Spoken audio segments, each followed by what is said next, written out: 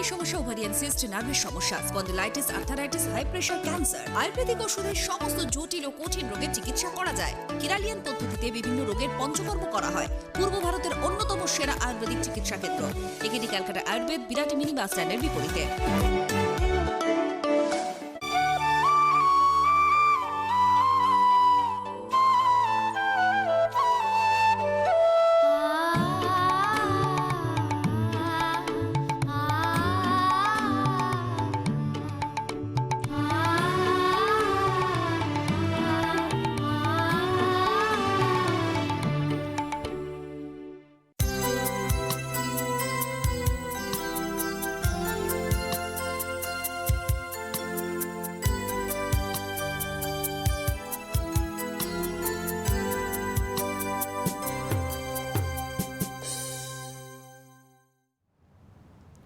নমস্কার, ডক্টর প্লাসে ডক্টর প্যানেলে আপনাদেরকে স্বাগত জানাবো। আমি তিথি রয়েছি আপনাদের সঙ্গে এবং প্রতিদিন প্রতি মুহূর্তে আমরা একটি বিষয় নিয়ে আলোচনা করার চেষ্টা করছি।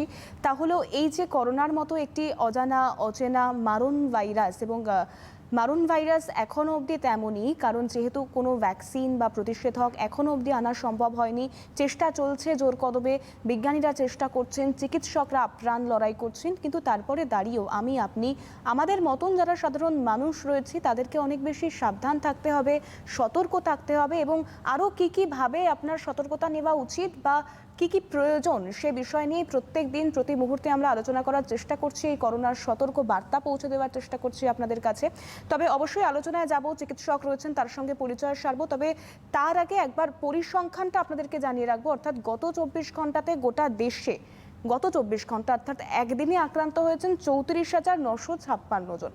যে পরিসংখ্যানটা হয়তো কোথাও একটা গিয়ে উদ্বেগ বাড়াচ্ছে, কারণ যদি রাজ্যের পরিসংখ্যানের দিকে নজর দিই তাহলে গতকাল আমরা যে মেডিকেল বুলেটিন পেয়েছি তাতে জানানো হয়েছিল রাজ্যে 24 ঘন্টাতে আক্রান্ত হয়েছেন 1690 জন। অর্থাৎ প্রত্যেক দিন উত্তরোত্তর আক্রান্তের সংখ্যাটা বাড়ছে, সংক্রমিতর যে হার সেই হারটাও একটু একটু করে বৃদ্ধি পাচ্ছে।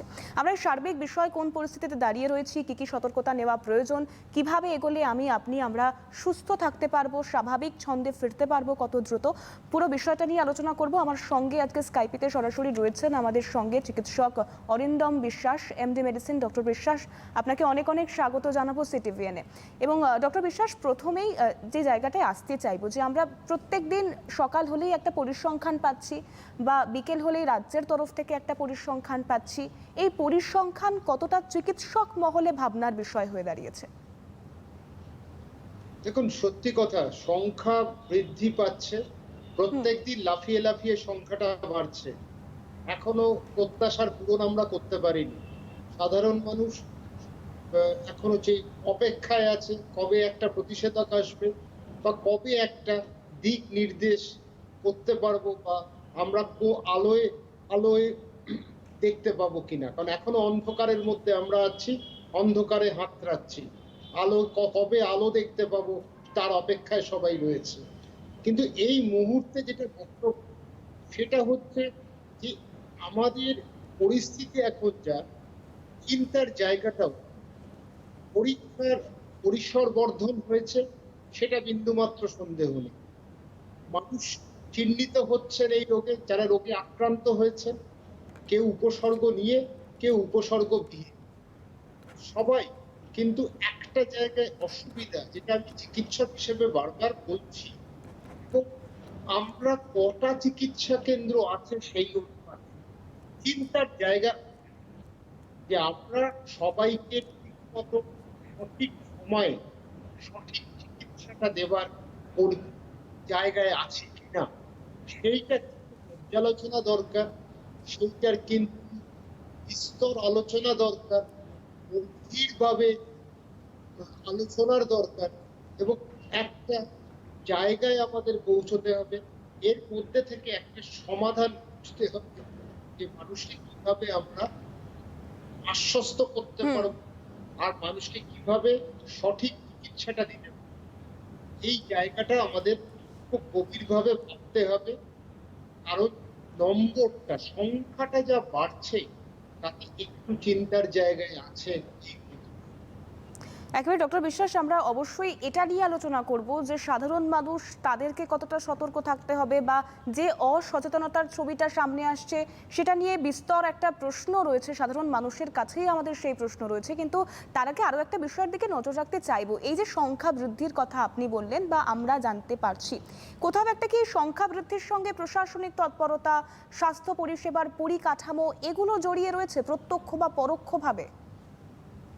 দেখুন, একটা কথা, সারা বিশ্বের দিকে যদি আপনি তাকিয়ে দেখেন, হুম প্রত্যেকটা দেশ কিন্তু বেসামাল হয়ে গেছিল এই বৈশ্বিক মহামারীর জন্য। হুম কোনো দেশ প্রস্তুত ছিল না। প্রস্তুত ছিল না বলেই তাদেরকে মৃত্যু মিছিল দেখতে হয়েছে, তাদের মানুষ দিশেহারা হয়ে গেছিল। ভারতবর্ষ কিন্তু আলাদা নয়।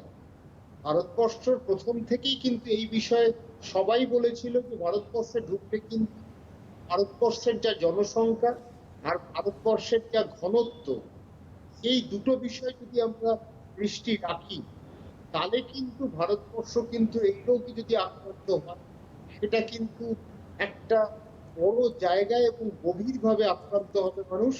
এবং সব রকম, সেটা অর্থনীতি হোক, সেটা স্বাস্থ্য ব্যবস্থা হোক, একটা বড় ধাক্কা খেতে চলেছে। সেটা লকডাউনে হয়তো আংশিক বা কিঞ্চিৎ সাফল্য আমরা পেলাম, তারপরে আনলক হলো এবং সংখ্যাটা বাড়লো। তো এই জায়গায় একটা কথা বলতে, চেষ্টা সব সরকারই করেছে তাদের যতটা পরিসরের মধ্যে, তারা চেষ্টাটা করেছে। কিন্তু এখন যেটা হচ্ছে, যখন কোনো প্রতিষেধক নেই, প্রতিকার, সরকারের খুব বেশি যে করার আছে তা নয়, কিছু জায়গায় নিশ্চয়ই আছে, সরকারকে তো দায়িত্ব নিতেই হবে স্বাস্থ্যের। কিন্তু লকডাউনের সময় আরো কিছু হাসপাতাল, আরো কিছু সেফ হোম আমরা হয়তো আশা করেছিলাম, সেই অনুপাতে কিন্তু সেফ হোম বলুন, হাসপাতাল বলুন, বা চিকিৎসা কেন্দ্রের যে বৃদ্ধি হওয়া উচিত ছিল, সেইটা কিন্তু আমরা দেখতে পাইনি বা চোখে পড়েনি। আর লকডাউনের ক্ষেত্রেও কিছু ফাঁকফোকর ছিল, নাহলে 600 থেকে এখন 10 লাখের উপর কি করে হলো। একদম নম্বর হচ্ছে আনলক আরেকটু পরে হলে বা আরেকটু ধাপে ধাপে হলে হয়তো ভালো হতো। কিন্তু যখন আনলক আমাদের হয়ে গেছে, তখন তো আমাদেরকে এর মধ্যে থেকেই একটা ব্যবস্থা করতে হবে। সেখানে পরিকল্পনা করে একটা ব্যবস্থা প্রকৃতি আমরা করতে পারি। কারণ আমাদের এখন মূল উদ্দেশ্য হচ্ছে আর মূল লক্ষ্য হচ্ছে রোগটাকে নিয়ন্ত্রণ, এই একেবারেই তাই। রোগটাকে নিয়ন্ত্রণ করা, আয়ত্তের মধ্যে আনা। সেইটা কিন্তু দিনের পর দিন নম্বরটা, সংখ্যাটা যখন বাড়ছে, তখন কিন্তু সত্যি কষ্টদায়ক হচ্ছে। এখনো স্বস্তির বার্তা আমরা কি দিতে পারি? আমরা ঠিক মতো আশ্বস্ত করতে পারিনি কাউকে। মানুষের মধ্যে একটা আতঙ্কের পারদ চড়ছে কিন্তু দিনের পর দিন। কারণ চিকিৎসা ব্যবস্থা, চিকিৎসা কেন্দ্র, সেই জায়গাটা কিছুটা দুর্বল হয়ে পড়েছে। কারণ জায়গা নেই, সংখ্যাটা কম, মানুষের মধ্যে কিন্তু একটা আতঙ্কের ছায়া নেমে এসেছে। এই জায়গাগুলোকে খুব পুঙ্খানুপুঙ্খভাবে দেখে, বিচার করে, আলোচনা করে, কিছু পরিকাঠামোর উন্নতি করে আমার মনে হয় যদি প্রয়োগ করা হয়, তাহলে হয়তো কিছুটা মানুষ আশ্বস্ত হবে, মানুষের মধ্যে একটা বিশ্বাস জন্মাবে যেটা সরকার আছে, সরকার দায়িত্ব নিয়েছে। তাহলেই আমার মনে হয় এই একটা বার্তা যাবে। তো এখন পর্যন্ত সেই রকম বার্তা আমি দেখতে পাচ্ছি না। চেষ্টা সরকাররা করছে, কেন্দ্র হোক, রাজ্য হোক, চেষ্টা করছে সাধ্যমতো। কিন্তু এখনো পর্যন্ত মানুষের মধ্যে ভয়টা তারা কাটাতে পারেনি। কারণ নম্বর যত বাড়ছে, একেবারে ডক্টর বিশ্বাস, মানুষের মধ্যে ভয় যেমন কাটানো সম্ভব হয়নি, কিন্তু তেমন প্রত্যেক দিনই রোজনামচার জীবনে রাস্তায় বেরোলে যে উদাসীনতা, সেই উদাসীনতার ছবিটাও কিন্তু প্রকাশ্যে আসছে। আমরা এটা নিয়ে অবশ্যই আলোচনা করব, তবে তার আগে আমার পর্দার উপরে যে দর্শক বন্ধুরা রয়েছেন তাদেরকে বলি, ব্লু স্ট্রিপে সরাসরি কথা বলবার জন্য ফোন নাম্বার রয়েছে। ডক্টর বিশ্বাস আমাদের সঙ্গে রয়েছেন। আপনাদের যদি এখনও কোথাও কোনো প্রশ্ন থাকে, অর্থাৎ যেহেতু একেবারেই অজানা অচেনা একটি রোগ, সেই রোগ নিয়ে নানা রকম তথ্য সামনে আসছে, আবার অনেকাংশে সেই তথ্য কিছুটা গুজব হয়েও সামনে আসছে সোশ্যাল নেটওয়ার্কিং সাইটের দৌলতে, এবং সে জায়গায় দাঁড়িয়ে আমরা বারংবার বলছি আতঙ্ক, বিভ্রান্তি এই সবটাকে দূরে সরিয়ে রেখে সঠিক পরামর্শই পারে আপনাকে এই পরিস্থিতি থেকে রেহাই দিতে বা একটু হলেও মুক্তির পথ খুঁজে দিতে। এবং সে জায়গায় দাঁড়িয়ে সেজন্যই বিশিষ্ট ডক্টরদের সাথে আলোচনা করা, আলোচনায় বসা। তাই আপনারা চাইলেই ফোন করতে পারেন, সরাসরি কথা বলবার জন্য ফোন নাম্বার যাচ্ছে। ডক্টর বিশ্বাস, এবার যে আলোচনাটায় আসবো, প্রশাসনিক তৎপরতা বা স্বাস্থ্য পরিকাঠামো যেমন একটা সত্যিই ভাববার বিষয়, তেমন প্রত্যেক দিন যে মানুষগুলো এখনো পর্যন্ত উদাসীনভাবে চলাফেরা করছেন, মাস্ক পরছেন না বা কখন মাস্ক পরতে হবে সে বিষয়ে তাদের কোনো জ্ঞান এখনো অবধি অর্জন করা সম্ভব হয়ে ওঠেনি, এই গোটা বিষয়টা নিয়ে কি বলবেন? এই উদাসীনতা থাকলে তো পরিস্থিতি খারাপ হবে বই, ভালো হবে না, সম্ভাবনা নেই। দেখুন, কয়েকদিন আগে আমেরিকার কিছু সংস্থা মাস্ক নিয়ে কিছুটা পরীক্ষা করে, বিভিন্ন মাস্ক। আচ্ছা, তার মধ্যে তারা N99, এখন এই নম্বরগুলো একটু বুঝিয়ে দেওয়া ভালো বেশ। যে 99 মানে কি, 95 মানে কি। মানে 99% যে পার্টিকলস, ধরুন 5 ppm বলে একটা কথা, এত খুব ক্ষুদ্র ক্ষুদ্র পদার্থগুলো, সেইগুলোকে আটকে দিতে পারে এই মাস্ক। N95 মানে 95% আটকাতে পারে। কিন্তু N95 N99 বেশিরভাগ ক্ষেত্রে ডাক্তারদের প্রয়োজন হয়ে পড়ে, কারণ যারা আইটিইউতে কাজ করে, ক্রিটিক্যাল কেয়ারে কাজ করে, কারণ তারা পেশেন্টদের সাথে ভীষণ কাছে আসছেন, কখনো ভেন্টিলেটর লাগাচ্ছেন পেশেন্টকে, তখন একটা টিউব পরাতে হয়, সেই টিউবের সময় সাকশন করতে হয়, সাকশনের সময় কিন্তু অনেকগুলো জলকণা বেরিয়ে আসতে পারে এবং সেটা হাওয়াতে থাকতে পারে, যাতে মেডিকেল পরিভাষায় বা সাধারণভাবে বিজ্ঞানসম্মত ভাষা হচ্ছে এরোসল। এই এরোসল ঢুকতে পারে, তো সেই সব মাস্ক প্রয়োজন। কিন্তু সার্জিক্যাল মাস্কেরও যথেষ্ট, প্রথম N99 95, তারপরে সার্জিক্যাল মাস্ক। এতে বলছে মোটামুটি আপনি যে প্রায় 70% মোটামুটি কমিয়ে দিতে পারে, মানে এই ভাইরাসটা প্রবেশ করা থেকে। তো তারপরে কটন মাস্ক, কিন্তু এইসব মাস্কের একটাই বলছে, কখনো তারা দেখেছে 30 সেকেন্ড, কখনো দেখেছে 20 মিনিট, এই দুভাবে বিভক্ত হয়েছে। যত সময়টা গেছে, যদি বেশিক্ষণ থাকে তাহলে কিন্তু আক্রান্ত হবার সম্ভাবনাটা বেশি হয়ে যায়। আর দ্বিতীয়ত হয়েছে, তারা দেখেছে যে আর্দ্রতা, মানে হিউমিডিটি হলে মানুষ যদি কাশে, তাহলে যে কফটা বা জলকণাটা নিচে নেমে যায়, তাতে মানুষ আক্রান্ত হবার সম্ভাবনা কম। আবার দেখেছে যখন মানে শুষ্কতা, মানে এত ড্রাই টেম্পারেচার, খুব ড্রাই হয়ে রয়েছে ওয়েদারটা, তখন সেক্ষেত্রে এই যে পার্টিকেল গুলো তাড়াতাড়ি প্রবেশ করতে পারে অনেক। কিন্তু এই হিউমিডিটি বেশি থাকলে হয়তো মানুষ বেঁচে যাচ্ছে, কিন্তু কিছুক্ষণের জন্য। কিন্তু মুশকিল হচ্ছে নানান পাত্রে গিয়ে ওই জলকণাগুলো পড়ছে, পরে যদি আমরা হাতটা লাগিয়ে মুখে স্পর্শ করি, তখন এই ভাইরাস কিন্তু প্রবেশ করতে পারে। আর আরেকটা স্টাডি যেটা এসছে ইম্পেরিয়াল কলেজে, অক্সফোর্ডে, যে বায়ুবাহিত কিনা, তারা বলছে বায়ুবাহিত, কিন্তু আরো রিসার্চ দরকার, অনেক গবেষণা দরকার। এখনো পর্যন্ত তারা স্থির করতে পারেনি কত ঘন্টা, তবে তারা এখন পর্যন্ত যা তাদের মানে দেখেছে বা পর্যবেক্ষণ করে দেখেছে, তাদের বক্তব্য হচ্ছে যে 1 ঘন্টা মতন কিন্তু বায়ুতে থাকতে পারে। সুতরাং বায়ুবাহিত এটা হতে পারে, তবুও এরা বলছে খোলা আকাশের কথা নয়, সব জায়গাতেই কিন্তু বন্ধ ঘরের কথাই বারবার উল্লেখ করা হচ্ছে। খোলা আকাশে যদি হতো তাহলে এই অনেক, সারা বিশ্বতে অনেক বেশি মৃত্যু বিচিত্রতা দেখতে পেতাম। সেই গবেষণাগুলো প্রত্যেকদিন উঠে আসছে, কারণ এটা কিন্তু একটা নতুন ভাইরাস, এখনো আপনাকে এটা প্রবর্তন 6 মাস আগে আনুষ্ঠানিক ভাবে। আমরা কিন্তু পুরোটা জানতে পারি, বলতে পারেন অতিরঙ্গ অনেকটা জানতে পারলেও অন্তরঙ্গ বেশি পৌঁছতে পারি। তো সেই কারণে আমাদের প্রত্যেকটি গবেষণা গবেষণাকে বেশি দেওয়াটাও ঠিক নয়। আর আমরা অত্যাচারে কিন্তু অতিষ্ঠ হয়ে যাচ্ছি। সাধারণ মানুষ আজকে একটা জিনিস শুনছে, কালকে আরেকটা জিনিস শুনছে, হুম কারণ আমরা এই ভাইরাস সম্বন্ধে আমরা কিন্তু মানে শিক্ষিত হতে পারি, আমরা কিন্তু জ্ঞান লাভ করতে পারি। এই অসুবিধাগুলোর জন্যই আজকে এতটা অনেক রকম নানান রকম বিভ্রান্তিকর খবর আসছে, আবার কিছু তথ্য কিন্তু তথ্যনিষ্ঠ হয়েই বলছে নানান সংস্থা বা নানান প্রতিষ্ঠান। এই জায়গার মধ্যে আমরা কিন্তু একটা সত্যি কথা মানে যারা ফলে কিন্তু নিষ্পেষিত, এটা নিয়ে বিন্দুমাত্র সন্দেহ নেই। তবে আশা করবো যত দিন যাবে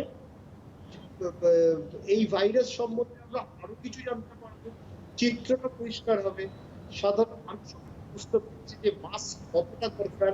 যে মাস্কের কথা বারবার বলছিলাম, রাস্তায় বেরিয়ে পড়ছি মাস্ক নেই, আড্ডা দিতে যাচ্ছি মাস্ক নেই, সামাজিক দূরত্ব রাখছি না, হাত করে সুযোগগুলো আমরা নিয়ে নিচ্ছি। কারণ সব জায়গায় প্রশাসন থাকতে পারবে না, সব জায়গায় পুলিশ থাকতে পারবে না, কেউ তখনই তাদের অবর্তমানে আমরা কিন্তু সহজেই আমরা কিন্তু এটা আইন লঙ্ঘন করছি। একেবারে ডক্টর বিশ্বাস, আমরা অবশ্যই আলোচনায় আসবো। একজন দর্শক বন্ধু রয়েছেন আমাদের সঙ্গে, আগে একটু কথা বলে নেব। নমস্কার, কে রয়েছেন? হ্যাঁ নমস্কার, আমি বেলেঘাটা থেকে বলছি। বেশ, প্রশ্নটা বলুন। প্রশ্নটা হচ্ছে, আমি একটু ডক্টর বিশ্বাসের কাছ থেকে জানতে চাইবো যে আমার মার্চ মাসের লকডাউন আগে মিডিল বা থার্ড উইকে কোনো এক সময় একটা স্কিন র্যাশ বলবো না, আমি সব থেকে দেখানোর পরে বললো এটা সোরাসিস। সোরাসিসটা একটু বেশি বয়সে হতে পারে, ইমিউনিটি কমলে ইত্যাদি। ওষুধ একটা দেওয়া হয়েছে টপিসেল 3%। তা এখন দেখছি রিপোর্ট, মানে করোনা তো তার আগে ইন্ডিয়াতে এসছে, এখন দেখছি যে মানে জ্বর, শুকনো কাশি, শ্বাসকষ্ট এছাড়াও নাকি একটা নতুন উপসর্গ, সেটা skin disease not skin rash. মানে এটা নিউজ পেপার রিপোর্টে আমি দেখেছি যে হয়তো জ্বর নেই, কাশি নেই, শুধু স্কিন ডিজিজ হচ্ছে। এই যে সোরাসিসটা আমার হয়েছে, ওষুধ দিয়েছি, এটা চলে গেল, আবার হয়েছে, ওষুধ দিচ্ছি। তা এরকম স্কিন ডিজিজ কি একটা লক্ষণ হতে পারে? মানে সোরাসিসটা যেটা অ্যাডভান্স স্টেজে হয়, আমার কিছু করে নিয়ে আসে, এটা কি করোনার একটা ম্যানিফেস্টেশন হতে পারে? বেশ, অবশ্যই। আপনার বয়সটা একটু জানতে চাইবো দাদা। 67, 67 বছর। 67, তাই তো? আরো একটা প্রশ্ন করবো যে অন্য কোনো ক্রনিক রোগ বা এই ধরনের কোনো রোগ কি আপনার আছে? ডায়াবেটিক বা কিডনির সমস্যা বা নানাবিধ রোগ কি আপনার রয়েছে কোনো একটা? সিওপিডি আছে। হ্যালো? হ্যাঁ, সিওপিডি আছে। সিওপিডি আছে। বেশ, আপনি টেলিভিশন সেটের ভলিউম দিয়ে শুনতে থাকুন। অবশ্যই আপনার প্রশ্ন নিয়ে ডক্টর বিশ্বাসের কাছে যাব। ডক্টর বিশ্বাস, আপনি শুনলেন বেলেঘাটা থেকে এক দর্শক বন্ধু ফোন করেছিলেন, তিনি তার সমস্যার কথা জানালেন। সেক্ষেত্রে কি বলবেন তার প্রশ্নের উত্তরে? দেখুন, ওনার সোরিয়াসিস আছে, সোরিয়াসিসের কারণ আলাদা, মানে কারণটাই খুঁজে পাওয়া যায় না। কিন্তু সোরিয়াসিস ব্যাপারটা কিন্তু ওষুধ খেলে চলে যাবে, আবার আসতেও পারে। সেই ক্ষেত্রে কিন্তু ওনাকে সাবধান হতে হবে, ওনাকে ওষুধগুলো খেতে হবে। এবং ওনার ক্ষেত্রে সেটাই হয়েছে ডক্টর বিশ্বাস, একবার হয়েছে, উনি ওষুধ খেয়েছেন, সেরে গেছে, আবারও হয়েছে, আবার হবে, আবার হতে হ্যাঁ পারে। হ্যাঁ। সুতরাং ওষুধটা নিয়মিত খেতে হবে, টানা চালাতে হবে। কারণ অনেক সময় আমরা মেথোট্রেক্সেট বলে একটা ওষুধ দিই, তারপর নানান রকম সলিউশন আছে, সেইগুলো দিই। কিন্তু একটা কথা, ওনাকে যিনি দেখেছেন ডার্মাটোলজিস্ট, তার সাথে কিন্তু ওনাকে রেগুলার যোগাযোগ, নিয়মিত যোগাযোগ করতে হবে, আবার করতে হবে, এবং আবার বিষয়টা কিন্তু আলোকপাত করতে হবে যে আবার সমস্যাটা এসেছে। ওষুধ ওনাকে টানা খেতে হবে, পরিষ্কার বুঝতে পারছি, ওষুধ উনি বন্ধ করতে পারবে না। এইবার হচ্ছে ওনার একটা প্রশ্ন ছিল যে ভাইরাস স্কিন র্যাশ করতে পারি কি। এখন আবার আমরা বলছি, প্রত্যেক দিন তথ্য আসছে, নতুন নতুন তথ্য উঠে আসছে। একটা তথ্য উঠে এসছে কিছু জায়গা থেকে যে হ্যাঁ, এক ধরনের স্কিন র্যাশ, ত্বকের একটা অসুখ করতে পারে, যেটা মিজলস এর মতো লাগে। তো সেইটার সাথে সোরিয়াসিসের কোনো যোগাযোগ নেই বা যোগসূত্র নেই, কিন্তু স্কিনে র্যাশ হতে পারে, এটা নিয়ে বিন্দুমাত্র সন্দেহ নেই। তবে একটা কথা, সব জিনিসটার সাথে করোনায় নতুন নতুন বেরোচ্ছে, তার সাথে লাগিয়ে দিলে হবে না। কারণ আপনাকে আমি একটা কথা স্পষ্ট বলছি, এই যে ঘ্রাণ শক্তি চলে যাবে, আপনি দেখবেন নাক বন্ধ হয়ে গেলে ভাইরাল ফিভার, কিন্তু এটা হতে পারে আমরা কিন্তু কোনো ঘ্রাণ শক্তি পাবো না, আমরা কিন্তু স্বাদ চলে যাই। এটা কিন্তু অনেক অন্যান্য ভাইরাল রোগেও হয়, করোনাতেই হবে। আর করোনার সাথে মিলিয়ে দেওয়া হচ্ছে, কারণ মানুষ সত্যি কথা একটু বিস্মিত হয়ে গেছে। হ্যাঁ ডক্টর যে বিশ্বাস, কি এটা করেছে- কিন্তু একটা ভীষণ গুরুত্বপূর্ণ বিষয়। মানে হয়তো এই ওয়েদার চেঞ্জ বা একটু বৃষ্টি বাদলা হচ্ছে, আবার গরমটা পড়ে যাচ্ছে, প্রখর রোদ থাকছে, সর্দি কাশি হাঁচি এগুলো আমাদের একসময় লেগেই থাকতো। কিন্তু এখন যে কোনো কিছু হলে, সামান্য পেটের সমস্যা হলেও আমরা ভাবছি যে আমরা কোভিড-19 সংক্রমিত হয়ে যাচ্ছি না তো। মানে এই জায়গাটা থেকে কি করে দূরে আনা যায় সাধারণ মানুষকে, এই ভাবনাটা থেকে? দেখুন দেখুন এই ভাবনাটা, সমস্যাটা হচ্ছে এগুলো বিদেশ থেকে আমদানি হচ্ছে। আচ্ছা। এগুলো আমাদের দেশে এত আমদানি করেনি, কারণ আমরা এগুলোতে অভ্যস্ত। ভাইরাল ফিভার কার হয়নি আমাকে একবার বলুন? একদম তাই। কতজনের হয়? হুম। ঋতু পরিবর্তন হলেই ভাইরাল ফিভার হয়। করোনা একটা নতুন ভাইরাস, এটাকে নিয়ে একটা চর্চিত হচ্ছে, কারণ এটা কিছু ক্ষেত্রে মৃত্যু ঘটিয়েছে, কারণ রোগ হিসেবে চিহ্নিত হয়েছে, যদিও মানে পার্সেন্টেজ ওয়াইজ সেরকম নয়। তবুও এর সম্বন্ধে কিন্তু নানা রকম গল্প গুজব সব রকম আসবে, হুম। কারণ এটাই হচ্ছে এখন প্রধান আলোচ্য বিষয়। এটা কিভাবে করতে হবে। কিন্তু একটা কথা স্পষ্ট, আজকে অন্যান্য ভাইরাসের ক্ষেত্রেও কিন্তু আপনি প্রাণ শক্তি চলে যাচ্ছে, অনেক সময় কিন্তু স্বাদ পান না। তবুও আমরা কিন্তু, আর স্কিন র্যাশ অন্য ভাইরাসে হচ্ছে, ডেঙ্গিতে হচ্ছে না? নিশ্চয়ই হচ্ছে। সবকিছুই করোনার সাথে সংযুক্তিকরণ করে দেওয়াটা কিন্তু একটা অসুবিধা হচ্ছে, এবং মানুষ আরো আতঙ্কিত হয়ে যাচ্ছে। যিনি ফোন করেছিলেন ওনাকে পরিষ্কার বলবো, উনি চিকিৎসকের সাথে যোগাযোগ করুন। সোরিয়াসিসের চিকিৎসা কিন্তু অনেক দিন ধরে করতে হবে, নিয়মিত করতে হবে। আবার হতে পারে, এটা ঘটনা, তো এটা আবার হয়তো হয়েছে, এর সাথে করোনার কোনো যুক্ত একেবারেই ডক্টর বিশ্বাস আমাদের সাথে রয়েছেন, আপনারাও আমাদের সঙ্গে রয়েছেন। আপনারা চাইলে ফোন করতে পারেন, সরাসরি কথা বলার জন্য ফোন নাম্বার রয়েছে। এবং কারোর যদি কোথাও কোনো অংশে কোনো সমস্যা বা এখনো প্রশ্ন থেকে থাকে, কারণ প্রশ্ন আমাদের সকলের মনেই প্রত্যেক দিন নতুন নতুন করে জাগছে। কারণ এই যে কোভিড-19, এই যে ভাইরাস, এই ভাইরাস প্রতিদিন প্রতিনিয়ত তার চরিত্র বদল করছে, এমনটা বলা যেতেই পারে। এবং সে বিষয়টা নিয়েই আমি ডক্টর বিশ্বাসের কাছে আরও একবার আসতে চাইবো যে এই যে ভাইরাসের প্রত্যেক দিন চরিত্র বদল হচ্ছে, উপসর্গেরও তো নানাবিধ বদল আসছে। সেক্ষেত্রে দাঁড়িয়ে ঠিক কোন কোন সিমটমস দেখলে তারা চিকিৎসকের পরামর্শ নেওয়া উচিত একজন মানুষের, এটার কোনো তালিকা কি এই মুহূর্তে আপনাদের পক্ষে দেওয়া সম্ভব? অবশ্যই আলোচনায় আসবো, তবে আরও একজন দর্শক বন্ধু রয়েছেন, কথা বলবো। নমস্কার, কে বলছেন? হ্যালো, নমস্কার। আমি রবিশঙ্কর গোস্বামী বলছি, আপনার চন্দননগর থেকে। বেশ, বলুন। আমার দিন 10 হলো গলায় ব্যথা হচ্ছে, বুঝলেন? মানে অস্বস্তি লাগছে, গলাটা খুসখুস করছে, একটু ব্যথা হচ্ছে। খেতে খাওয়া দাওয়ার কোনো অসুবিধা হচ্ছে না, বা কোনো অন্য কোনো প্রবলেম নেই, জ্বরও নেই, আপনার আর কিছু নেই, সর্দি কাশিও কিছু নেই। তো এটা কি কোনো কোভিডের লক্ষণ বা কিছু একটা? আমি এটা একটুখানি করছি, মানে ডাক্তার দেখাইনি, কিন্তু করেছি আপনার গার্গেল, নুন জলে একবার কি দুবার গার্গেল করি সারাদিন। দাদা, আপনার বয়স কত? আমার বয়স হচ্ছে 58। বেশ, আপনি টেলিভিশন সেটের ভলিউম দিয়ে শুনতে থাকুন, ডক্টর বিশ্বাস অবশ্যই আপনাকে বলবেন। ডক্টর বিশ্বাস, আপনি শুনলেন, মানে আমরা ঠিক যে বিষয়টা নিয়ে আলোচনায় ছিলাম, যে ওনার দিন 10 ধরে গলা ব্যথা করছে, কিন্তু অন্যান্য আর কোনো সমস্যা নেই, উনি গরম জলে গার্গেলটাও করছেন। সেক্ষেত্রে দাঁড়িয়ে ওনাকে ঠিক কি বলবেন? দেখুন, উনি গার্গেলটা অনেক সময় আমরা থ্রোটে ইরিটেশনের জন্য অনেক ক্ষেত্রে মানা করা হয়। গার্গেলটার কনসেপ্ট ছিল যে একটা জায়গায় স্টিমুলেট করা, লোকাল জায়গা, স্থানীয় জায়গাগুলোকে ইমিউন পাওয়ারটাকে বাড়ানো, আর একটু কিছুটা রিলিফ পাওয়া, আরাম পাওয়া। কিন্তু অনেক ক্ষেত্রে গার্গেল দেখা গেছে হিতে বিপরীত হয়, আরো বেশি ইরিটেশনটা বাড়ে। সেই ক্ষেত্রে উনি একজন চিকিৎসক, যিনি নাক কান গলা দেখেন, তাকে দেখানো উচিত। এবং আমার মনে হয় ওনার একটা অ্যান্টিবায়োটিক কোর্সের দরকার আছে। তবে কোভিড কার হয়েছে কার হয়নি বোঝা সত্যি মুশকিল হয়ে দাঁড়াচ্ছে।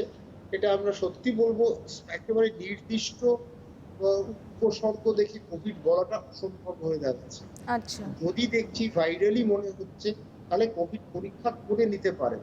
কিন্তু উনি একজন চিকিৎসকের পরামর্শ নিয়ে আমার মনে হয় ওনার একটু অ্যান্টিবায়োটিক থেরাপিও লাগতে পারে। আর গলাটাতে যদি লাল হয়ে থাকে বা টনসিলাইটিস হয়ে থাকে, সেই ক্ষেত্রে কিন্তু আর অ্যান্টিবায়োটিক থেরাপিতে কিন্তু উনি সুস্থ হয়ে উঠবেন। আর গার্গেলটা বেশি না করাই ভালো, একটু স্টিম ইনহেলেশন নিক, তাহলে দেখবেন অনেকটা বেটার থাকতে পারবেন। সেক্ষেত্রে আমিও বলবো যে ডক্টর যেমনটা বললেন আর কি, যে মানে প্রাথমিকভাবে কোনো চিকিৎসকের পরামর্শ নেওয়া এবং তারপর তিনি যে পথ বলে দিচ্ছেন সেই পথে এগোলে বোধহয় সমস্যা থেকে আপনি অনেকটাই সমাধান পাবেন, এবং যে আতঙ্ক আপনাকে গ্রাস করেছে সেখান থেকেও মানে যদি সঠিক চিকিৎসা হয় তাহলে সেই আতঙ্ক থেকে বেরিয়ে আসাটাও আমাদের সকলের পক্ষেই সম্ভব হবে গোটা বিষয়টা। এবং সে জায়গায় দাঁড়িয়ে ডক্টর বিশ্বাস, আরও একটা বিষয় সেটা হলো যে ভ্যাকসিন, মাঝখানে আমরা খুব শুনছিলাম যে 15ই আগস্টের মধ্যে ভ্যাকসিন আসতে চলেছে, আবারও সেই করোনার মতনই চর্চিত বিষয়, যেহেতু এখন একমাত্র আলোচ্য বিষয় কোভিড-19, সে জায়গায় দাঁড়িয়ে কোনো একটা শ্রেণীর মানুষ যারা উচ্ছ্বাসে আপ্লুত হয়ে পড়েছিলেন যে ভ্যাকসিন আসছে, এবার সত্যি মানে আশার আলো তো আমরা সকলেই দেখতে চাইছি, সেই জায়গায় দাঁড়িয়ে এই ভ্যাকসিন সম্পর্কিত নতুন কি তথ্য রয়েছে, মানে কিভাবে তারা এগোচ্ছেন বা কত দ্রুত এই প্রতিষেধক আনা সম্ভব? দেখুন, এখন সত্যি কথা বাস্তব চিত্রটা যদি আপনি যেরকম ধরলে, বাস্তব চিত্রটা কিন্তু আমাদের প্রতিষেধক দরকার, এবং প্রতিষেধকই একমাত্র হার্ড ইমিউনিটি, যে সমগ্র সমাজে যে প্রতিরোধের ক্ষমতা সেটা কিন্তু একমাত্র প্রতিষেধক করতে পারবে। অসুস্থ হয়ে সেরে উঠে মানুষ করতে পারবে না, কারণ যদি এটা করতে হয় তো বহু অংশের মানুষ মারা যাবে। তো এইটা নয়, বিজ্ঞানসম্মত যদি উপায় হয়, হ্যাঁ প্রতিষেধক, কিন্তু প্রতিষেধক তৈরিটা সত্যি কথা একটা ব্যাকরণ মানতে হয়। মানে হাসছিল সজারু ব্যাকরণ মানি না বলে আমি কালকে একটা ভ্যাকসিন বানিয়ে দেবো, হয় না। আপনাকে বাস্তবটা মেনে কিছু পদ্ধতির মারফত আপনাকে কিন্তু একটা ভ্যাকসিন তৈরি করতে হবে। তো আমরা অবলীলায় বলে দিলাম যে আমি একটা ভ্যাকসিন তৈরি করব, তা নয়। প্রথমে এক শ্রেণীর মানুষের উপর প্রয়োগ করে অল্প সংখ্যায়, ডোজটা খুব অল্প ডোজে আমরা সেই ভ্যাকসিনকে চেষ্টা করি বা প্রতিষেধককে চেষ্টা করি দেওয়ার, কোনো পার্শ্ব প্রতিক্রিয়া আছে, তারপরে আরেকটু সংখ্যাটা বৃদ্ধি করে দেখি যে কতটা কার্যকারী। এরপর তৃতীয় স্তরে আসছে র্যান্ডমাইজ কন্ট্রোল ট্রায়াল। আমরা ধরুন অনেক সংখ্যক মানুষকে ভাগে ভাগ করি, কাউকে দিলাম কাউকে দিলাম না, কেউই বুঝতে পারলো না তারা কি পেয়েছে, কিন্তু যে সংখ্যাতাত্ত্বিক বিশ্লেষক সেই কিন্তু খালি জানবে, চিকিৎসকও জানবে, সেই সংখ্যাতত্ত্ব নিয়ে যিনি কাজ করছেন তিনি তারপরে বিশ্লেষণ করে জানাবেন যে ভ্যাকসিনের কতটা কার্যকারিতা ছিল। সুতরাং এটা কিন্তু সময় সাপেক্ষ, আজ বললে কাল হবে না। সেই কারণে কিছু দেশ তারা দাবি হয়তো করেছে, কিন্তু তারা এখনো প্রামাণ্যের দলিল দেখাতে পারেনি বা পেশ করতে পারেনি। সবকিছুর পর কিন্তু এটা বিশ্ব স্বাস্থ্য সংস্থা থেকে ছাড়পত্র পাবে, তারপরে প্রয়োগ করা হবে। কারণ ভ্যাকসিন আর ওষুধ কিন্তু আলাদা। ওষুধ অসুস্থ মানুষের ওপর প্রয়োগ করা হয়, প্রতিষেধক কিন্তু সাধারণ মানুষ যার কোনো রোগ নেই তাদের ওপর প্রয়োগ করা হয়, বা অন্য কোনো ভাইরাল রোগ নেই বা করোনার সাথে কোনো যুক্ত নয় এমন মানুষের ওপর প্রয়োগ করা হবে, যেখানে তাদের কোনো পার্শ্ব প্রতিক্রিয়া যেন না হয়। পার্শ্ব প্রতিক্রিয়া হলে কিন্তু এটা বিপজ্জনক। আমরা যে যুদ্ধটার জন্য লড়াইয়ে এগিয়েছিলাম ঠিক ততদূরই পিছিয়ে যাব। সেই ক্ষেত্রে রাশিয়ার যে দাবিটা, আমি বলছি যে আমি এটাকে খণ্ডন করছি না, বা অক্সফোর্ডের দাবি খণ্ডন করছি না, কিন্তু নিশ্চয়ই আমাকে যদি ওটা গ্রহণ করতে হয় আমি প্রমাণ নিয়ে গ্রহণ করব। তো বিশ্বে অনেক বৈজ্ঞানিক সংস্থা আছে, প্রতিষ্ঠান আছে যারা এটা প্রতিনিয়ত কাজ করছে, তাদেরকে কিন্তু অবগত রাখতে হবে, অবগত করতে হবে যে আমরা এই কাজটাতে এতটা এগিয়েছি, এতটা অগ্রসর হয়েছি। তাহলেই কিন্তু আমরা বুঝতে পারবো কতটা সাফল্য লাভ আমরা আগামী দিনে করব একটা প্রতিষেধক পেয়ে। একেবারে ডক্টর বিশ্বাস, সেক্ষেত্রে আরো কিছু বিষয় রয়েছে, নানাবিধ তো দিক থাকে একটা রোগ, সেই রোগটা অজানা ভাইরাস সে থাবা বসাচ্ছে, একের পর এক মানুষ সংক্রমিত হচ্ছে মানুষের শরীরে সেই করোনা, এবং সেই জায়গায় দাঁড়িয়ে প্রথম দিকে যেমনটা বলা হচ্ছিল যে যাদের বয়স 60 তাদের ক্ষেত্রে বহু সংখ্যায় আর কি পরিসংখ্যানগত দিক থেকে তাদের ক্ষেত্রে আক্রান্ত হওয়ার যে মাপকাঠি সেটা অনেকটা বেশি, এবং সে জায়গায় দাঁড়িয়ে এই মুহূর্তে যত সংখ্যক মানুষ করোনায় আক্রান্ত হচ্ছেন সেটা তো একেবারে বয়সের গণ্ডির নির্বিচারেই হচ্ছেন। সেই জায়গায় দাঁড়িয়ে মানে এই অল্প বয়সী তাদের মধ্যেও করোনার সংক্রমিত হচ্ছে, তাহলে গোটা ব্যাপারটা ঠিক কিসের উপর নির্ভর করছে, দাঁড়িয়ে রয়েছে কিসের উপর? সত্যি কথা বলতে কোনো ভাইরাস কোনো বয়স দেখে কিন্তু আক্রমণ করে না। ভাইরাস আক্রমণ করে একেবারে প্রকৃতির অমোঘ নিয়ম। একটা মানুষ থেকে আরেকটা মানুষের কাছে সে পৌঁছে যায়, কারণ তার একটাই লক্ষ্য, বংশ বৃদ্ধি করা।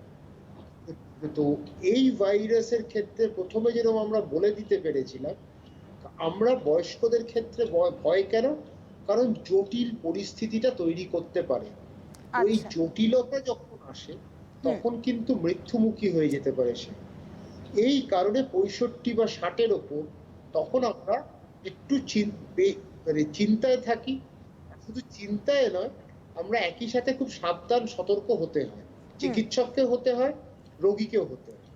কিন্তু এই ভাইরাস আবার করোনা ভাইরাস দেখে না, ও বয়সটা যারা আক্রান্ত হতে, একটা বয়স্ক, অল্প বয়স্ক মানুষ আক্রান্ত যখন তখনই হতে পারে, কিন্তু যেটা সুবিধা হচ্ছে তার প্রতিরোধ করার ক্ষমতাটা একজন বয়স্ক থেকে বেশি। সেই কারণে আজকে সে নিয়ন্ত্রণে আনতে পারছে, ওই জন্য তার মৃত্যু হচ্ছে। কিন্তু এই ভাইরাস আপনি দেখুন, অল্প বয়স্কদের মধ্যে হচ্ছে। এইবার আপনি ব্রিটেনে দেখুন, ইউকেতে দেখুন, ইউএসএ তে দেখুন, অল্প বয়স্করা এখন অফিসে যাচ্ছে, একজন আরেকজনকে ছড়াচ্ছে। অল্প বয়স্কদের মধ্যে অনেক বেশি ছড়িয়ে যাচ্ছে, কারণ বয়স্ক মানুষরা বেশিরভাগ মানুষই গৃহবন্দী অবস্থায় আছে। যখনই আপনি বাইরে বেরোচ্ছেন বা মেলামেশা করছেন, জনসমক্ষে আসছেন, তখনই কিন্তু অল্প বয়স্কদের মধ্যে এটা বেড়ে যাচ্ছে এবং অল্প বয়স্কদের মধ্যে মৃত্যুও হচ্ছে। কদিন আগে একজন খুব দক্ষ প্রশাসককে আমরা হারিয়েছি পশ্চিমবঙ্গে, যিনি শ্রমিকদের জন্য অনেকটা করলেন। তার অল্প একটা বয়সে তাকে আমরা হারালাম, সে পৃথিবী ছেড়ে চলে গেল এই করোনার ক্ষেত্রে। আরো বয়স কিন্তু 40-এর নিচেই ছিল। এই যে আপনি যদি একটার পর একটা উদাহরণ দেখেন, তাহলে কিন্তু পরিষ্কার এই ভাইরাস কিন্তু বয়স থেকে আসছে না, এবং ভাইরাস, সমগ্র ভাইরাস কিন্তু বয়স থেকে আসে। তাই প্রশ্নটা যে কিভাবে এই আক্রমণটাকে প্রতিহত করতে পারবে। অল্প বয়স্ক মানুষরা প্রতিহত করতে পারছে সহজে, বয়স্ক মানুষরা পারছে না, তারা হেরে যাচ্ছে। এই কিন্তু করোনার ক্ষেত্রে অল্প বয়সী মানুষদের ক্ষেত্রে অনেকটা আক্রমণাত্মক চরিত্র দেখা যাচ্ছে এবং তারা আক্রান্ত হচ্ছে, কিছু ক্ষেত্রে মৃত্যুবরণ হচ্ছে। এই জায়গাটাই দুঃখের, বেদনার, তার সত্ত্বেও এটাই বাস্তব। সেক্ষেত্রে ডক্টর বিশ্বাস, এই রোগ প্রতিহত করার ক্ষমতা যার শরীরে বেশি, তার হয়তো করোনায় সংক্রমিত হওয়ার সম্ভাবনাটা তার ক্ষেত্রে অনেকাংশেই কম, যেমনটা আপনি বললেন বা চিকিৎসক মহল তারা সকলে বলছেন। এবং সে জায়গায় দাঁড়িয়ে খুব সাধারণ একটি প্রশ্ন প্রত্যেকের মনেই আসছে যে ঠিক কি কি করলে বা কি কি ধরনের খাবার খেলে আমার শরীরের রোগ প্রতিরোধ ক্ষমতা আমি বাড়াতে পারবো, বা একটু হলেও করোনার সংক্রমণ অতটা দ্রুত আমার শরীরের উপর প্রভাব ফেলতে পারবে না যদি আমার রোগ প্রতিরোধ ক্ষমতা ভালো থাকে। তাহলে সে জায়গায় দাঁড়িয়ে ঠিক কোন কোন খাবারের খাদ্য তালিকার উপর জোর দেওয়া হচ্ছে বা মানুষজনের কাছে ঠিক কি বার্তা পৌঁছে দিতে চাইছেন আপনারা? দেখুন, খাদ্য তালিকা একটাই, আমরা প্রথম থেকে একটা কথাই চিকিৎসকরা বলেছে, আর আপনি যেটা বলেছেন, চিকিৎসকদের সব একটা কথা বলেছেন, ভারসাম্য রেখে যদি আমরা খাদ্যটা খাই, বাড়ির খাবার খাই। এখন বাইরের অনেক আউটলেট বা দোকান বন্ধ হয়ে আছে, সুতরাং সেই ক্ষেত্রে এই জায়গাতে এখন এই মুহূর্তে দাঁড়িয়ে আমরা ডক্টর বিশ্বাস, আমরা এই আলোচনাটায় অবশ্যই থাকবো, তবে তার আগে একজন দর্শক বন্ধু রয়েছেন, একটু কথা বলবো। নমস্কার, কে রয়েছেন? আমি তপতি ভট্টাচার্য মানবার থেকে বলছি। বেশ, বলুন। আমি বলছি যে আমার 58 বছর বয়স। আমি আমার হাই প্রেসার আছে, থাইরয়েড আছে, হ্যাঁ, আর পলিসিস্ট কিডনি আছে, প্যানক্রিয়াস আছে, লিভার আছে, এগুলো রয়েছে। তো আমি অফিস যাই 9:30টার সময়, আবার 3টের সময় বাড়ি আসি, 1:30টার সময় আসি, আবার যাই, আবার গিয়ে 3টের সময় যাই, গিয়ে 5টায় ঘরে আসি। তো আমার কিরকম সতর্কতা নেওয়া দরকার, কিরকম ভাবে আমি নিজেকে বাঁচিয়ে রাখবো, এটা আমি জানতে চাচ্ছি আপনার। বেশ, একটা প্রশ্ন আপনাকে করব যে আপনি ঠিক কি ধরনের পেশার সঙ্গে যুক্ত? সেখানে কি বাইরে থেকে মানুষজন আসছে, রেগুলার অনেক মানুষের সান্নিধ্যে আপনাকে আসতে হচ্ছে, এরকম কোনো ব্যাপার রয়েছে? হ্যাঁ, সে তো আসছেই। আমার কাজের ওখানে লোক আসে, বাইরে থেকে লোক আসে, সমস্ত এরিয়ার থেকে লোক আসছে, কলিয়ারি থেকে লোক আসে আমাদের কাছে। আচ্ছা বেশ, আপনি টেলিভিশন সেটের ভলিউম দিয়ে শুনতে থাকুন। ডক্টর বিশ্বাস, কি বলবেন? দেখুন, ওনার ক্ষেত্রে সত্যি কথা অতিরিক্ত সাবধানতা ওনাকে নিতে হবে। হ্যাঁ, একদমই ওনাকে তাই। শারীরিক দূরত্ব রাখতে হবে, মাস্ক পরিহিত হয়ে মানুষের সাথে কথা বলতে হবে, দূরত্ব রাখুন। দূরত্ব কাছে এসে গেলে, নিকটে এসে গেলে কিন্তু ভাইরাস আসতে পারে। আর 100% মাস্ক কাজ করবে তা নয়, 70% হতে পারে, 90% হতে পারে। মাস্কের মধ্যে দিয়ে কিন্তু আসতে পারে, সেটা কিন্তু প্রমাণ আছে, প্রমাণ হচ্ছে। মাস্ক কি করছে? মাস্ক চেষ্টা করছে আপনাকে আটকে দিতে। সেইটা সত্যি কথা, একটা ব্যারিয়ার, একটা দেয়াল তৈরি করে দিচ্ছে। কিন্তু আপনি সেই মাস্কটা পরে থাকুন, যখনই অন্যান্য মানুষের সাথে আপনি কথা বলবেন মাস্ক পরে থাকুন। কাশি সর্দি হওয়া মানুষের সাথে আপনি কাছে আসবেন না, কারণ আপনার অনেকগুলো রোগ আছে। আর আপনি নিয়মিত ওষুধগুলো খাবেন, আপনার শর্করার মাত্রা যেন নিয়ন্ত্রণে থাকে, আপনার বাকি যে প্যারামিটার গুলো আছে হুম। সেইগুলো যেন নিয়ন্ত্রণের মধ্যে থাকে। চিকিৎসকের সাথে নিয়মিত যোগাযোগ রাখবেন, তাতে কিন্তু আপনার সুবিধা হবে। আর আপনি যতটা পারবেন চেষ্টা করুন বাইরের জগৎ থেকে কিছুদিন দূরে থাকুন, কিছুদিন। কারণ নিজেকে বাঁচতে হবে। তারপরে তো আপনি আপনার রোজগার, আপনি অর্থ উপার্জন করুন, যেটাই করুন সেটা তো আপনাকে করতেই হবে। তার সাথে নিজের সুস্থতাকে যত্ন।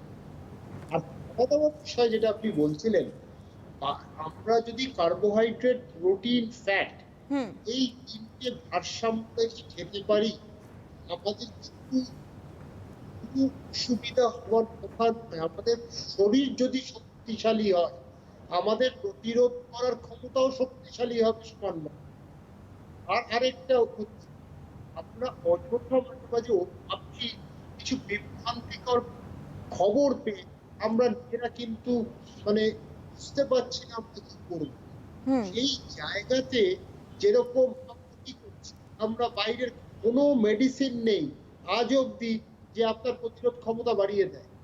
হুম। আপনি শাক সবজি ফল ভালো করে খান, আপনি হাঁটাচলা করুন, এইগুলোই আপনাকে যথেষ্টভাবে সাহায্য করবে আপনার প্রতিরোধ করার ক্ষমতা করে দেবে। ওকে মুরগির মতো ভিটামিন খেয়ে যাচ্ছে, বোঝানো হচ্ছে তাদের ভুলভাবে এত ভিটামিনেরও দরকার নেই, ঠিক খাবারটা খেয়ে যান। এত ওষুধের পেছনে খরচের দরকার পড়বে না। যদি সত্যি আপনার অসুখ হয়ে থাকে তার জন্য ব্যবহার করুন। কিন্তু ভিটামিন যদি রোগ আটকে দিত, তাহলে পৃথিবীতে অনেকে ভিটামিন খেয়ে কোনো রোগী আসতো না। হুম। এটা, এই বাস্তব জায়গাটা মানুষকে বুঝতে হবে। একেবারেই ডক্টর বিশ্বাস, এইগুলো যেমন আমরা সতর্ক করার চেষ্টা করছি, পাশাপাশি নানাবিধ খবর সামনে আসছে এবং সেই খবরগুলো প্রকাশ্যে আসতেই সাধারণ মানুষের মধ্যে একটা ভয় বা ভীতি তৈরি হচ্ছে। সেটা আমরা সকলেই এই পরিস্থিতিটা বুঝতে পারছি, যেহেতু নিত্য নৈমিত্তিক আমরা সেই খবরগুলো প্রকাশ্যে চলে আসছে, আমরা নজর রাখছি। কারণ এই যে একটার পর একটা হাসপাতাল, আপনি ধরুন বিভিন্ন হাসপাতাল, সেগুলোকে কোভিড হাসপাতাল করা হয়েছে, কোভিড চিকিৎসার জন্য নির্দিষ্ট করা হয়েছে। সেখানেও বেড নিয়ে কিছু সমস্যা রয়েছে, বেড নিয়ে কিছু বিভ্রান্তি রয়েছে। রাজনৈতিক তরজায় গিয়ে নয়, সাধারণ মানুষ তারা যে পরিষেবা আশা করে হাসপাতালের দরজায় যাচ্ছেন, তারা রীতিমতো সেই পরিষেবা পাচ্ছেন না। কারণ এই পরিস্থিতিতে দাঁড়িয়ে সাধারণ মানুষজন তারা হাসপাতালমুখী হতেই ভয় পাচ্ছেন। এই গোটা বিষয়টা নিয়ে আপনি কি বলবেন? দেখুন, হাসপাতালে যেতে আপনি কেউ চাই না, এটা বাস্তব। আমিও কি হাসপাতালে যেতে চাই? আমি চিকিৎসার জন্য যাচ্ছি, একদমই তাই, চিকিৎসক হিসেবে যাচ্ছি। কোনো মানুষ খুশিতে হাসপাতাল যায় না, কোনো মানুষ খুশিতে ডাক্তারের কাছে যায় না, এটা বাস্তব, এটা মেনে নিতে হবে। কিন্তু এই পরিস্থিতি এমন একটা হয়েছে, যারা মানুষ নিয়মিত চিকিৎসকের সঙ্গে যোগাযোগ আছে তারাও ভয় পাচ্ছে হাসপাতাল মুখ হতে। আরো অসুবিধা, তার একটা আতঙ্কের মধ্যে অনেকে আছে, যদি আমাদের কিছু হয়ে যায় তাহলে আমাদের কে দেখবে, কোন হাসপাতালে আমরা ভর্তি হব। এই জায়গাটা সরকারের একটা বড় ভূমিকা আছে, মানুষকে আশ্বস্ত করা, মানুষের মধ্যে একটা বিশ্বাস মানে যোগানো, যে আমরা পাশে আছি, অসুবিধা হলে বেডের কোনো অসুবিধা হবে না। এই জায়গায় পরিকাঠামোটাকে বাড়াতে হবে। কিভাবে বাড়াতে হবে? যে প্রচুর সেফ হোম করতে হবে, এবং এই সেফ হোম রেখে সেখানে ডাক্তার, পরিচর্যা করার জন্য নার্স, সেখানে সামান্য যেসব কয়েকটা ইনস্ট্রুমেন্ট যেরকম হচ্ছে আপনার পালস অক্সিমিটার, অক্সিজেন, আর তাদের খাওয়া দাওয়া ঠিক মতো হচ্ছে কিনা, তারা যে শৌচালয় ব্যবহার করছে সেইটা পরিচ্ছন্নতাটা আছে কিনা, এই সবগুলো কিন্তু দেখতে হবে।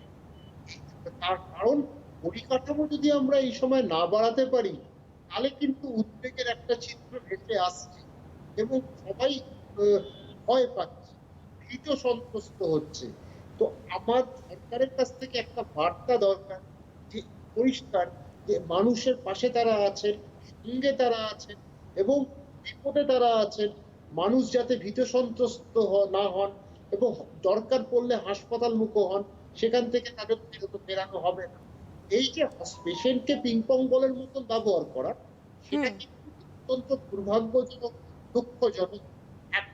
2020-তে এত বছর স্বাধীনতা পাওয়ার পর যদি এই স্বাস্থ্য ব্যবস্থা থাকে, তার সত্যি খুবই বেদনা। একবারে ডক্টর বিশ্বাস, কারণ এর পাশাপাশি ধরুন যাদের নতুন করে মানে করোনায় সংক্রমিত হওয়ার উপসর্গ দেখা যাচ্ছে, তারা যেমন একটা দিকে রয়েছেন, কিন্তু বছরভর বহু মানুষ তো নানান রোগে নানান সমস্যায় ভোগেন। কারোর ধরুন কিডনির ডায়ালিসিস প্রয়োজন বা কোনো একটি ক্যান্সার আক্রান্ত, মানে অলরেডি সে মারণ রোগের সঙ্গে লড়াই করছেন, তাদের চিকিৎসকের কাছে যাওয়া প্রয়োজন, তাদের নির্দিষ্ট কিছু সময়সীমার মধ্যে নির্দিষ্ট কিছু ট্রিটমেন্ট রয়েছে, সেগুলো করা প্রয়োজন। এই যে যারা ক্রনিক রোগে আক্রান্ত, তারা কিভাবে চিকিৎসকের সঙ্গে পরামর্শ নেবেন, যোগাযোগ করবেন? টেলিমেডিসিন অবশ্যই রয়েছে, কিন্তু কোথাও একটা গিয়ে তো ভয় ভীতিও কাজ করছে। এই জায়গাটা থেকে আপনি চিকিৎসক হিসেবে ঠিক কি বার্তা দেবেন তাদেরকে, যারা অলরেডি মারণ রোগের সঙ্গে লড়াই করছেন? দেখুন, এই মারণ রোগ, প্রথম কথা তারা নিয়মিত চিকিৎসকের সাথে যারা যোগাযোগ করেন, তাদের জন্য কিন্তু নির্দিষ্ট বেড রাখা দরকার। কোভিডটা খালি কিন্তু একমাত্র রোগে মানুষ ভুগছে না। 130 কোটি মানুষ কোভিডে ভুগছে না, কোভিডে ভুগছে 10 লক্ষ মানুষ। তার 4 গুণ মানুষ ভুগছেন কিন্তু কিডনির রোগে, যক্ষ্মার রোগে, যকৃৎ রোগে, ফুসফুস রোগে, হৃদরোগে, শর্করার রোগে। তো এই জায়গাগুলো কিন্তু আমাদের ভাবতে হবে। সুচিন্তা, সুপরিকল্পনা, সুচেতনা, এইগুলো দরকার। এই মানুষগুলোকেও কিন্তু আশ্বস্ত করা, মানুষগুলোকে চিন্তা মুক্ত করা যে আমরা এর সমাধানের জন্য আছি। কিন্তু দুঃখের বিষয় হচ্ছে, মাস্ক আমরা পরতে বলছি, মাস্কের ওপর আমি জিএসটি বসিয়ে ফেলছি, আমরা শুদ্ধিকারক ব্যবহার করতে বলছি, তার উপরেও জিএসটি বসিয়ে দিচ্ছি। তারপর হচ্ছে আমরা এই যে করছি একটা, তারপর আলাদা করে ইন্স্যুরেন্স। কেন ইন্স্যুরেন্স আলাদা করে হবে? আমি তো আমার প্রিমিয়াম দিয়েছি, আমি ম্যালেরিয়ার জন্য টাকা দেবো না? আমি টিভির জন্য টাকা দেবো না? আমি কেন কবচ বলে আলাদা ইন্স্যুরেন্স করব? দুঃখের বিষয় এখানে এই জায়গাগুলোকে কিন্তু সরকারকে দানবীর রূপটা দেখাতে হবে। সরকারকে কিন্তু একটা মানবিক রূপ দেখাতে হবে। সেই রূপটা কিন্তু যেন ফুটে ওঠে। অনেক সময় এই সিদ্ধান্তগুলো সেটা প্রমাণ করেন। দুঃখের বিষয় এটাই। একদমই তাই। সেক্ষেত্রে ডক্টর বিশ্বাস, এরকমও অনেক ছবি প্রকাশ্যে এসছে, আমরা শুরুর দিকে দেখেছিলাম যখন করোনা সদ্য থাবা বসাতে শুরু করেছে, ভীষণ হাতে গোনা কয়েকজন মানুষের মধ্যে সংক্রমিত হচ্ছিল, আক্রান্তের সংখ্যাটা 10, 12, 15, 20 এইরকম জায়গায় ছিল। সেই সময় দাঁড়িয়ে রাস্তাঘাট বলুন বা যে বাড়িতে মানুষ করোনার পজিটিভ বেরোচ্ছে, কোভিড আক্রান্ত বেরোচ্ছেন থাকছেন, সেই বাড়ি বা ফ্ল্যাট স্যানিটাইজ করা, সেই সময় যে হুজুগটা ছিল, এই সময় দাঁড়িয়ে যখন এত সংখ্যক মানুষ আক্রান্ত হচ্ছেন, স্যানিটাইজেশনের যে প্রক্রিয়া, সেই প্রক্রিয়া কিন্তু অনেকটাই মিলিয়ে গেছে। মানে খুঁজে পাওয়া যাচ্ছে না, প্রপার ওয়েতে স্যানিটাইজ করা হচ্ছে না। যেখানে মানুষ আক্রান্ত হচ্ছেন সেই আক্রান্তের এলাকা কন্টেনমেন্ট জোনের তালিকায় কখনো কখনো পড়ছেও না। তাহলে মানুষ কেন ভীত বা সন্ত্রস্ত হবে না? তাদেরকে কিভাবে সতর্ক করা যাবে? দেখুন, সব থেকে বড় দায়িত্বটা কিন্তু সংবাদ মাধ্যম নিয়েছেন, আপনারাও নিয়েছেন। আপনাদেরকে আমি অনেক ধন্যবাদ জানাবো। প্রত্যেক দিন প্রত্যেক কথায় সঞ্চালক সঞ্চালিকা একই কথা কিন্তু উল্লেখ করেছেন, এটা অস্বীকার করার নেই। সংবাদ মাধ্যমের একটা বড় দায়িত্ব তারা নিয়েছিল, সরকার নিয়েছে, ঠিক আছে, কিন্তু আজকে এই বার্তাটা ছড়িয়ে দেওয়া, কিন্তু বার্তাটা তো ছড়িয়ে দিলে হবে না, আমাদের গ্রহণ করতে হবে। সে আমরা যদি গ্রহণ না করি, ফ্ল্যাট বাড়ি থেকে কি করে 45% মানুষ আক্রান্ত হয়? কারণ আমরা মর্ম গ্রহণ করতে পারছি না এই বিপদটাকে। অনেক শিক্ষিত লোককে দেখছি, শিক্ষিত লোক আর ডিগ্রিধারী লোক এক নয়। এর মানে আমি বলবো ডিগ্রিধারী লোককে দেখছি মাস্ক না পরে বেরিয়ে পড়ছে। তো শিক্ষিত যারা তারা কখনোই এই কাজটা করবে না। শিক্ষাটা ভেতরে আর ডিগ্রিটা বাইরে, সেটা পাশে থাকে, নামের পাশে থাকে। কিন্তু এই যে তাদের যে ব্যবহারটা, সে ব্যবহারটা কিন্তু তাদের অত্যন্ত দুঃখজনক। কারণ তারা মর্মগ্রহণ করতে পারছে না আমাদেরকে এই বার্তাটা দিতে হবে। আমাদের দায়িত্ব, আমাদের স্বাস্থ্য, আমাদের দায়িত্ব, নিজের দায়িত্ব নিতে হবে। আমি সরকারকে ঘাড়ে তো সবকিছু দায়িত্ব দিয়ে দিতে পারি। সরকার অসুস্থ হলে ব্যবস্থা নেয়, কিন্তু সুস্থ থাকার দায়িত্বটা তো আমার। এই জন্যই চেষ্টা সব দিক থেকে হয়েছে। ক্লাব বলুন, এনজিও বলুন, বিভিন্ন সংস্থা, সংবাদ মাধ্যমের একটা বড় দায়িত্ব ছিল এই সংবাদগুলোকে সরবরাহ করা, সচেতনতার বার্তাটা দেওয়া। তবুও এক শ্রেণীর মানুষ এটা নিতে পারেননি বা নিতে চান। এই জন্যই আমরা কিন্তু আরেকটু মানে খারাপ জায়গায় গেছি, এতটা যেতাম। বেশ, ডক্টর বিশ্বাস একজন দর্শক বন্ধু রয়েছেন, কথা বলবো তার সঙ্গে। হ্যালো, কে রয়েছেন? হ্যালো। হ্যাঁ, কে বলছেন? হ্যাঁ, আমি হুগলি থেকে বলছি, বাপন রুদ্র বলছি। বেশ, বলুন। বলছি যে আমার মেয়ের ভ্যাকসিন আছে স্বাস্থ্য কেন্দ্রে কালকে। তা 9 মাসের ভ্যাকসিন, 9 প্লাসের ভ্যাকসিনটা। তা আমি এই এখন পরিস্থিতিতে জিজ্ঞাসা করতে চাইছি ভ্যাকসিনটা কি দেওয়া যেতে পারে? বেশ, আপনি টেলিভিশন সেটের ভলিউম দিয়ে শুনতে থাকুন। ডক্টর বিশ্বাস যিনি ফোন করলেন তার প্রশ্নের উত্তরে কি বলবেন? 9 মাসের ভ্যাকসিন তার সন্তানকে তিনি দেওয়াবেন কালকে, আগামীকাল তার তারিখ রয়েছে, কি করবেন তিনি এই মুহূর্তে? কোন ভ্যাকসিন? হ্যালো, কোন ভ্যাকসিন? কোন ভ্যাকসিন? যাই হোক, তার সাথে এই মুহূর্তে যোগাযোগ বিচ্ছিন্ন হয়েছে। হ্যালো, শোনা যাচ্ছে? ভ্যাকসিন? হ্যাঁ, বলছি যে কোন ভ্যাকসিন দেওয়ার কথা রয়েছে আগামীকাল? ওই 9 প্লাসের যে ভ্যাকসিন আছে, ভিটামিন ই, তারপরে ওই আর্টিন দুটো আছে, একটা দুটো পুশ করবে, একটা মুখে দেওয়ার আছে। আচ্ছা, যেটা হচ্ছে আপনি একটু শিশু রোগ বিশেষজ্ঞর সাথে, আপনি তো কোনো কাউকে দেখান, তার সাথে একটু কথা বলুন। সে আপনাকে নিশ্চয়ই বলে দেবে যে কিভাবে কিভাবে দিতে হবে, কালকেই লাগবে কিনা, না আর একটু কয়েকদিন পরে দিলে হবে। বেশ, যিনি দর্শক বন্ধু ছিলেন ফোনে, তাকে অনেক ধন্যবাদ জানাবো ফোন করার জন্য, এবং বাকি অনুষ্ঠানটা টেলিভিশন সেটের ভলিউম দিয়ে শুনতেও বলবো। এবং সেই জায়গায় দাঁড়িয়ে প্রশ্ন যখন উঠেই এলো, ডক্টর বিশ্বাস উনি যখন ফোন করলেন, এবং সেই জায়গায় দাঁড়িয়ে যাদের বাড়িতে সদ্যজাত রয়েছেন বা কম বয়সী একেবারে শিশু সন্তান রয়েছেন, তাদের ক্ষেত্রে কতটা বেশি সাবধানতা অবলম্বন করা উচিত, নাকি নির্দিষ্ট যা ন্যূনতম স্বাস্থ্যবিধি রয়েছে সেগুলো মেনটেন করলেই চলবে, কি বলবেন? হ্যাঁ, নিশ্চয়ই নবজাত রয়েছে বা শিশুরা রয়েছে, তাদের সাথে তাদেরকে আগলে রাখতে হবে। তাদের যাতে কোনোভাবেই এই জীবাণু প্রবেশ না করে সেটা দেখতে হবে। তাদের মানে ভয়াবহতাটা হয়তো বেশি হবে। প্রাথমিক ভাবে আমাদের একটা খবর আসছিল আক্রান্ত কম হচ্ছে, কারণ তাদের রিসেপ্টরটা কম, কিন্তু সেটা পরের দিকে কিন্তু সেই প্রমাণটা আমরা পাইনি। নিশ্চিতভাবে এখনো কেউ কিছু বলতে পারে না। সুতরাং সাবধানতার তো আর কোনো বিকল্প নেই, সতর্কতার বিকল্প নেই। সেইখানে বাবা মা যিনি আছেন তাকে দূরত্ব রাখা, এখন বাইরে বেশি না বের করা, অল্প কিছুক্ষণের জন্য বের করা, মাস্কটা দেওয়া, হাতে গ্লাভসটা দেওয়া। সত্যি শিশুর পক্ষে ওটা পরিহিত হয়ে বেরোনোটা কষ্ট, তবুও যে পরিস্থিতি এখন, সেই পরিস্থিতিকে তো আমাকে মান্যতা দিতে হবে। সেই ক্ষেত্রে আমাদের সাবধানতাটা অবলম্বন করতে হবে, সেইভাবেই আমাদের এগোতে হবে। এইভাবেই বাচ্চা শিশুরা যারা আছে বা যারা কম বয়সী, তাদেরকে এই সব ব্যবস্থা গ্রহণ করেই বেরোতে হবে। একেবারে। এবং সেক্ষেত্রে ডক্টর বিশ্বাস, যে আলোচনা দিয়ে আমরা মোটামুটি শুরুর দিকে যে আলোচনায় ছিলাম, শেষের দিকে আবারও সেই আলোচনাটা একটু ফিরে আসতে চাইবো। মানে এই লকডাউন, কন্টেনমেন্ট জোন, অধিক তৎপরতা, প্রশাসনিক তৎপরতা সবকিছুই রয়েছে, কিন্তু সাধারণ মানুষকে আমরা সাবধান করতে এখনো অনেকাংশের মানুষ রয়েছেন যাদেরকে আমরা সাবধান করতে রীতিমতো ব্যর্থ হচ্ছি, পাচ্ছি না। আমরা অনেকেই চেষ্টা করছি, আপ্রাণ চেষ্টা করছি, এবং সে জায়গায় দাঁড়িয়ে এই যে লকডাউন চলছে, বেশ কয়েকটি জায়গায় সম্পূর্ণ লকডাউন চলছে, মানুষজন তবু অবলীলায় রাস্তায় বেরোচ্ছেন, তাদের মধ্যে আর কিভাবে সচেতনতার বার্তা পৌঁছে দেওয়া সম্ভব, ডক্টর বিশ্বাস? দেখুন, দুটো রাস্তা হয়, প্রশাসকের দুটো ভূমিকা, একটা কামবির রূপ হয়, আর একটা হচ্ছে শক্তি প্রদর্শন করা বা কড়া বার্তা। স্কুলের প্রিন্সিপাল যেরকম কড়া হতে পারে, আবার তিনি হচ্ছেন অভিভাবক। তো সেই অভিভাবকের জায়গাটাও সরকারকে দেখতে হবে, ওই ভূমিকায় দেখতে চাই। আবার সেই ক্ষেত্রে দরকার পড়লে শাস্তিমূলক ব্যবস্থা নিতে হবে। এখন মুশকিলটা হচ্ছে বৈষম্যমূলক হয়ে যায় অনেক সময়। আজকে যে বস্তিতে থাকে তাকে রাস্তায় ধরে কান ধরে উঠবোস করানো যেতে পারে, তাকে দুটো হয়তো চড় মারল, সেটা পুলিশ পারবে।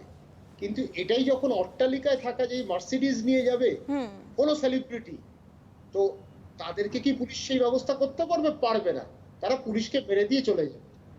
এই জায়গাটা সমাজে যে একটা বৈষম্য আছে সেটা কিন্তু খুব সুস্পষ্ট। এই চিত্রটা যতদিন না বুঝবে, যখন মানে একটা আইন তো সবার জন্য, আইনের চোখ বাঁধা, সুতরাং আইনটা যদি প্রয়োগ করতে হয় ঠিক মতো প্রয়োগ করতে হবে। আইনটা কিন্তু বৈষম্যমূলক আইন কিন্তু একেবারেই ডক্টর বিশ্বাস, আলোচনায় আমরা ছিলাম এবং প্রত্যেক দিন প্রতিনিয়ত চিকিৎসকরা চেষ্টা করছেন আপনাদেরকে সতর্কবাণী দেওয়ার, আমরা চেষ্টা করছি চিকিৎসকদের সঙ্গে আপনাদের যোগসাজশ করিয়ে দেওয়ার, যাতে ন্যূনতম সাবধানতা সতর্কতা আমরা সকলে মেনে চলি। কারণ তাতে হয়তো এই পৃথিবী খুব তাড়াতাড়ি সেরে উঠবে, আপনি একটা সুস্থ পরিবেশ পাবো।